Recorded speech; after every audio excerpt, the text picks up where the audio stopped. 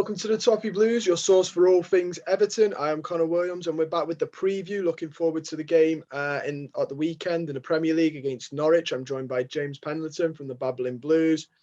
James, what are your thoughts, feelings? How do you think the game's going to go? Firstly, I think it's probably going to be really frustrating. Everton going to need to score an early goal, but Norwich will also know that they just can't concede early. I think they'll try and stick in it for as long as they can. We were just talking then about how they haven't won for so many games now in the Premier League. I think we said it was 15. So if they come here and they get a draw, they'll be absolutely over the moon. It will start their season off. So I think for Norwich, this is a perfect fixture for them, coming up against a team who are low on confidence. The fans were already starting to get a bit angry. It's what we said was going to happen as soon as Benitez was appointed. After a couple of bad results, we were going to end up in fighting amongst ourselves, and Goodison was going to become a bit of a cesspit rather than a bear pit, I think. And yeah, it's one of them. I think after about 10 minutes, I'm going to think, why on earth did I come? I should have just stayed at home. I hate that sort of feeling of being trapped. It's very nihilistic going to Goodison when there's a game like this where you just think, this is horrible. And if they take the lead, God help us. But thinking positively, this is a team, even without a couple of our big players, we should just be swatting aside 2-0, 3-0, just getting the job done. But it's never that easy, is it? No, and it's interesting looking. I'm just looking now at who Norwich have had. Obviously, because there's a lot of talk about the fact they're so far pointless at the bottom of the Premier League, but they've actually had quite a tough run in the Premier League. They obviously got Liverpool on the opening day, and they were battered by City. Had Leicester, Arsenal, Watford, which is probably their more winnable game, bearing in mind they've come up with Watford, and then obviously got Liverpool again in the Carabao Cup. Do you think are they as bad as people think, or do you think they've just had a bit of a tough run so far? Yeah, well, I was writing about it a few weeks ago. I was writing about my thoughts on sort of all the big leagues, and I said I think Norwich have probably had the toughest start in Premier League history. I think you'd be hard pressed to find a new promoted team who'd have to play that many big sides in a row. Even Arsenal, as much people want to laugh, Norwich going away to the Emirates is still an absolutely massive ask from them. Just the fact that they go into Arsenal. So I can't say I've watched much of them because obviously I was coming after Southampton game when they played against Liverpool. I didn't watch them against Leicester or Norwich. I didn't watch them against Watford. Last week. So I don't think I've actually seen them this season. They absolutely battered Bournemouth in the cup. I think 6 or 7-0, which went the night when we played Huddersfield, obviously, or that fixture week anyway. I thought they made some really good signs in the summer there. I thought Milo Rashica and Josh Sargent were good additions, and I did think they were going to be a lot better this season. But I do think when you start a season with that many defeats and playing that many good teams and scoring so few goals, regardless of whether it's a tough start, it's just so hard to get going again. And we just need to make it even harder for them. We need to just go and just say, this is the team we've got to be battering, really. 1-0 won't do, kind of thing. We need a win. We need to win. But as I say, a win, a 1-0 result, depending on how the actual game goes, would be quite disappointing in the end. So the team we absolutely have to batter. And you look at the last couple of seasons as well. Lost to Norwich at home, obviously lost Sheffield United last season, lost to Fulham at home last season. These are the perennial sort of banana skins, if you like. So no matter how bad Norwich have been to start the season, okay, they had some tough fixtures, but they have shown fight in a few of those games. They were tough to be beaten against Arsenal. Leicester was a close run thing as well. I don't think they are quite so bad, but we just need to say we are better than these. Either they'd won every game this season, we're still better than them. So 11v11 on Saturday, we've just got to beat them. I can't stress that enough. Obviously, you mentioned we need to win. Our squad is sort of depleted as it is. Do you think we will run with the same formation, same players we saw at QPR, or do you think Benitez will change it up slightly? It depends just how well these players come back from injury. I think Phil Kirkbride said last week it'll be another couple of weeks, probably around the international break, when the Pickford and the like are going to come back. Richarlison, Calvert-Lewin. We know what Richarlison's like. He'll play whenever. He came back off 2 big international tournaments and played straight away. Calvert-Lewin played for weeks of injury. So I would love to say I could just think one of them could make a miraculous recovery and come back. If not, then Yeah, I think it probably got to be the same setup because we can't play two strikers. We haven't got two strikers. You're never going to play a front two of Rondon and Toshin or Rondon and Sims. That'd be barbaric. So I think what's going to happen is we're going to see Gray and Townsend out wide, Iwobi in behind, Decore and Alan in the centre, which is nicer. But then you're taking Decore out that box to box role. I don't know. Maybe we can even see Damari Gray up front. Maybe we'll see three at the back. I really don't know. And I just hope Benitez got a plan in mind because I think when the squad's so depleted in key areas, if Alan or Decore got injured, yeah, it'd be a big blow. But at least we've got players there. We haven't even got players at the top end of the pitch who can replace who we've lost. So when we at that right back as well and that left back, so I'm getting a headache just thinking about it. To be honest, God knows what you're going to do. You're going to be sat praying tonight, I'm sure. Benitez in the middle of some form of siesta that he's going to have Luca Dean back fit at the very least. So we'll have to see. But I'd probably suggest one up front and sort of pack the midfield behind them. Well, obviously, Luca Dean, we mentioned in the extra time one that it looks like if he's not back, which hopefully he is, there were rumours that he was only taken off as a precaution after his knock. But there is a chance we might see Ben Godfrey at left back, as he did last year. And like you said in the extra time segment again, we could end up seeing John Joe Kenny at right back, which how much, I guess the question is, how much fear does that put you in for the fullback situation? God, I said John Joe Kenny should have played last week against Aston Villa, and then I watched him properly last night. I thought I'm going to properly watch his game here. And he was absolutely terrible. He was awful, and he is nowhere near good enough to play for Everton. This just shows why Ancelotti didn't play him last year. This shows why he played the likes of Godfrey and Holgate there. Even though certainly Holgate is so one-dimensional, he's nowhere near good enough to play right back. He is probably better than John Joe Kenny, which says all you need to know about Kenny, unfortunately, because I was desperate for him to come good at us, but oh, God only knows what he's going to end up doing. I think probably most likely it'll be Keane and Mina, left back Dean. I think he'll play through the pain, and then right back he'll probably put Godfrey there because you can't play John Joe Kenny in a Premier League football match. Ironically, I think he made his debut against Norwich a few years ago under Dave Unsworth, and he played all right, to be fair then, but he's just not kicked on at all, and he still looks that sort of Championship League One quality player he was 4 or 5 years ago. He cannot play Premier League minutes, I'm afraid. As much as I want him to, because he's an Evertonian and he's young and he's came through at the same time. You don't like to say it, but at the same time, Alexander Arnold came through Liverpool, and there was some very vague comparisons made there, but he's just nowhere near good enough, I'm afraid. So I hope it is probably going to have to be Godfrey, unless Coleman makes a recovery, but I don't see it. I don't think they'd risk him either, to be fair. You've mentioned young lads in sort of John Joe Kenny. Ellis Sims, we mentioned him in the extra time. We've mentioned Rondon. He's Rondon, quite rightfully, is quite tired. Not playing since May. Do you think again same Rondon, or do you think he might play Sims this time and then see how Sims' fitness is and then rotate him with Rondon, or do you think he'll just go with what he knows, avoid all of that? I don't want to. God, I don't know. I think we could see Cenk Tosun in this squad, on the weekend. It really wouldn't surprise me. Rondon just didn't look fit at all. Tosun's definitely not fit. I mean, he probably hasn't kicked the ball for longer than Rondon has.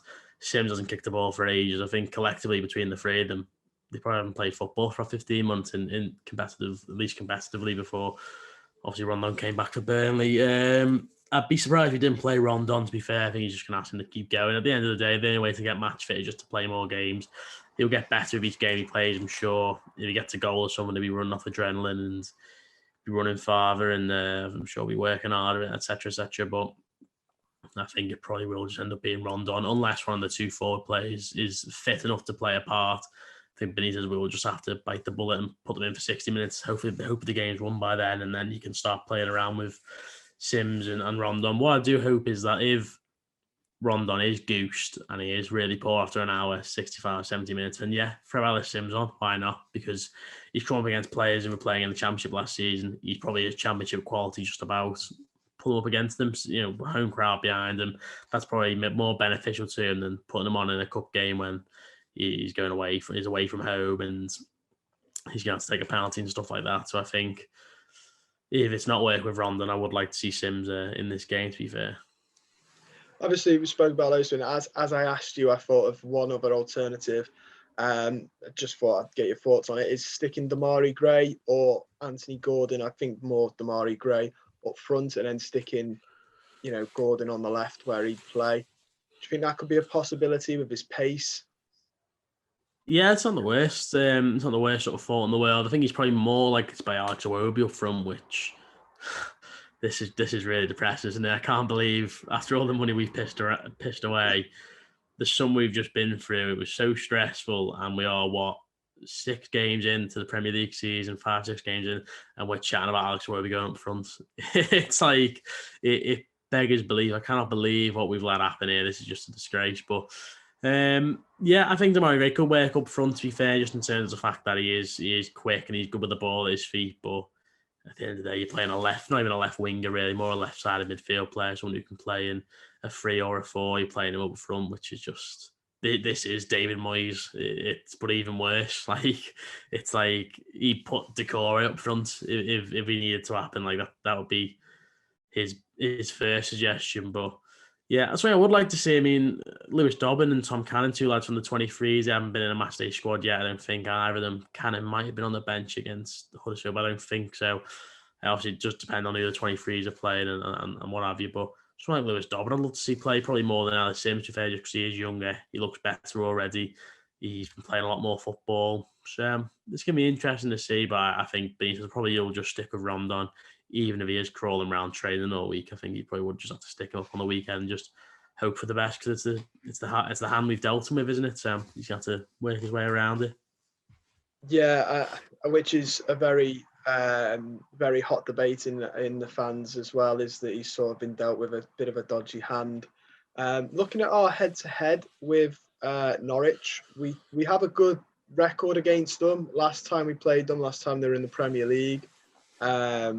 In the 1920 season, they beat us at Goodison Park, and then we went and beat them at Carrow Road. But before then, we have a good record.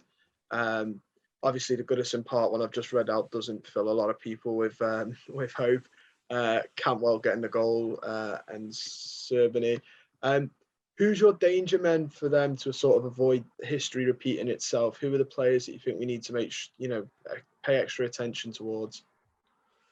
Well, I do quite like Bilo Rashika, to be fair. I think he's a decent player, and I think away from home now, it's probably best playing on the counter-attack, and his pace and his ability on the ball, I think, would show that. I think they only made 1 chance against Manchester City, but it was through him on the counter-attack, getting forward when catching defenders unaware. So I think he's a big one. Timu Pukki is classic goal scorer. He's classic. Would only score 1 goal in the Premier League, and it would be against Everton kind of vibe. I know he scored a few more. I think he's maybe on a dozen or something by now, but he is classic fox in the box. Could well score a winning goal against a Todd Cantwell, is a really decent player. I think he won't be at Norwich next season, I don't think. Kieran Dowell, I mean, I know he's not playing all the time for Norwich, but the way John Lundstrom came back and spoke beforehand saying that he wanted to prove people wrong, and he came and got an assist again for Sheffield United when they beat us a couple of seasons ago. So could be a similar story there. Someone wants to prove himself. Josh Sargent, as I say, got a couple of goals in that cup game against Bournemouth. Don't think he scored in the Premier League yet, so that's another box ticked sort of vibe. So, yeah, let's not kid ourselves. These aren't very good. They haven't got many very good players. We should be wiping the floor with them, but it's a bit of a leveler when you're missing so many players. They've got a big mean to want to win, and they really want to kickstart this season. This is a great ground for them to do it. Danger men aside, I think anyone could prove to be dangerous against Everton, depending on how we put ourselves out there on the weekend, but they're the main ones for me, I'd say. Yeah, there's a couple, as you're reading them out, that sort of, even if they're not that good, it's just written in the stars, sort of. Kieran Dowell, that one screams him scoring outside the box. Like, I've never seen something more set in stone than that happening. Obviously, you mentioned, and we are going to have a sort of second squad, but these aren't very good. Do you think our second squad is good enough to beat them? No, we're only good enough to beat QPR. So I think if we were to play, I mean, assuming the lads I've mentioned aren't fit, then a team of Pickford, Godfrey, Mina, Keane, Dean, Alander, Corey, Gray Towns, and Iwobi Rond on that team should beat them. I think if you start having to play the likes of, so it could still happen. There's a few days before the game now. You could lose on an Alan or a Decore in training. If the likes of Andre Gomez and John Joe Kenny have to come into the team, that's when I'm going to get really worried. That's when the big issues will come about. But I do think being at home, players all seem to have just kind of come out and said we need to bounce back on Saturday. Norwich's confidence must be down the dumps. Couldn't even beat Liverpool's second string or lay a glove on them really last night, from what I heard. So I think even with one or two alterations to the team, this squad is good enough to just go out there and beat these by a couple of goals. But I just keep on saying it's not that simple. They beat us here last time they played, deservedly so. We were absolutely woeful that afternoon, and yeah, let's just hope history doesn't repeat itself. Obviously, you've mentioned John Joe Kenny and the right back situation. We've spoke in the extra time one about the left back situation and the right back. Both full backs were a bit bare on. We do come against somebody who we were heavily linked with for I think it was the first week of the media grabbing that we needed a right back. And then obviously the Dumfries saga sort of entailed, and then the financial fair play took it away. But we are coming up against Max Aarons. Firstly, do you like him anyway as a player? And secondly, are you intrigued to see how he performs at the weekend? Yeah, I mean, I think it's a bit like Dwight McNeil. I hope he has a poor game but a good season, because I do think he's a decent player. I think he was priced out of a move big style, similar to Jamal Lewis when he's meant to be going to Liverpool. I think they sort of balked at I think it was 20 million they wanted off of Liverpool, but they took 12 or 13 off Newcastle. In fact, he's been okay at Newcastle. He's not done much. He hasn't really kicked on. Admittedly playing for Newcastle, playing under Steve Bruce and what have you. But yeah, I think Max Aarons is a decent player. Bit too soon in his development. I think he probably needs to leave Norwich at the back end of the last season. They were in the Premier League and go develop somewhere else. But he had another decent year last year. He was very, very good the season before. It's the season in the Championship before that, 17, 18 or 18, 19, I think it was actually. 18, 19. That's when he was probably his best year. I think he has stagnated a little bit. I don't think he's developed as much. And I did think he was a little bit overrated personally myself.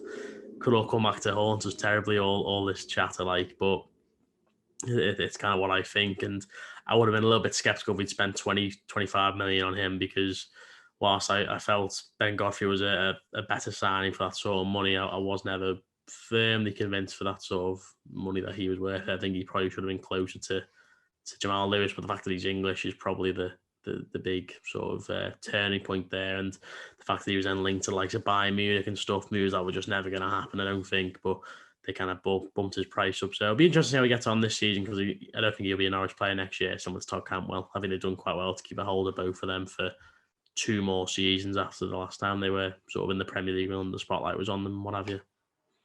Well, coincidentally, I was going to ask you, do you see any chance of Norwich staying up?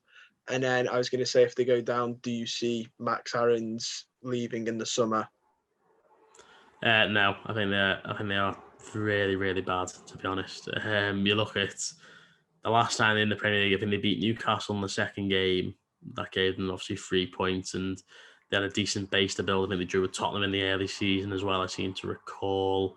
They beat us before Christmas as well, obviously. So they managed to gain some points, but they were just absolutely woeful after lockdown. I think if they'd done better after lockdown, they would have stayed up. And Villa, who were on a really slippery slope, it's funny, isn't it, with football? Because Villa look like a really good, strong team with a lot of depth to them. Should really have been relegated a couple of years ago, but yeah, 3 teams who just happened to be worse below them. I don't think Norwich will stay up. I had them originally finishing above Watford, and I can't remember if I changed that or not. But Watford obviously made a much better fist of it. They've already lost a big basement battle between them, and when you've got a block of 6 against much bigger, better teams, and you need to beat the likes of Watford.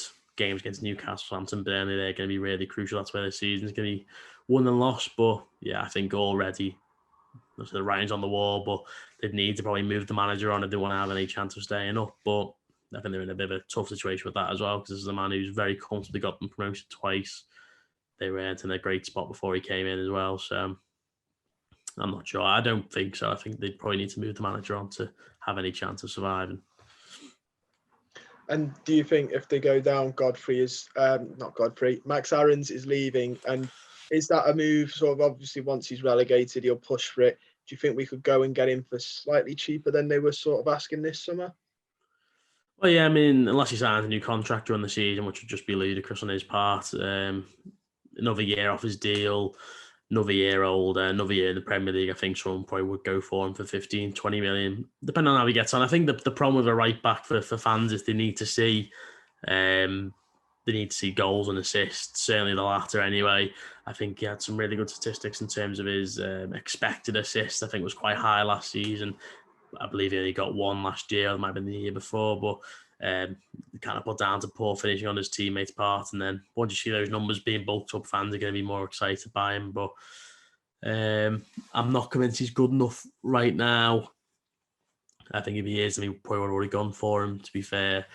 But yeah, I think him and someone like Todd Cantwell, I'm not saying necessarily for Everton, but I think teams around us in terms of our sides and hopefully our budget by then will be looking at those two as two main contenders for players to pick up out of Norwich in the summer. So yeah, I think similar to Dwight McNeil, I follow Benitez and say, hope he's poor on the weekend, but I do hope he has quite a good season and can develop more as a player, obviously playing in the Premier League this year. You've mentioned, they are bad. It might be a bit too early to ask it, but devil's advocate, and you just know after 3 more losses, people will be asking it anyway. Do you think they're bad enough that they'll beat Derby County's record, or do you think they'll stay clear of that and get more than 11? Well, I don't know. I don't think they're that bad. I think the problem with Derby was they just should not have been in the Premier League. They were nowhere near ready. There were a lot of issues before the season kicked off. They signed some honking players in that January. Like, I think they signed Alan Stubbs was about 45 by the time they got him. Hossam Ghali, Robbie Savage. I think Derby were just a mess from top to bottom, whereas I think Norwich just are actually on the pitch. Look, they've got enough good players, they've got a good manager. I think they are much better. I think they're going to be in their bracket at all. I think they'll probably just end up being very similar to what they were last time. And that's a shame because I think, as I say, I like the business that they've done in the summer. I think they look better in terms of that. But when you start a season with so many losses, their confidence, which is just one of the intangible things in football, their confidence and their morale is going to be down here. And if they go on to break the record of the most consecutive losses by one Premier League manager, then I think their manager's going to feel pretty lonely as well. So, as I said, the only real chance I can see them staying up is if they change the manager. And that's just because I think it gives teams a boost and maybe you can find a better way of playing with the group of players they've got. But it can be interesting, as I say, anyway. Well, as much as it's a win, it's a must-win for them, which we've spoken about. We've already hinted that it's a must-win for Everton as well, and you sort of hinted at it before. How much of a reaction will this and how much of a momentum boost or downer will this be, depending on the result? So, if it was talk positively first, if we win, how good will that be for pushing on the season? But also, if we lose, what type of reaction do you think we're going to get?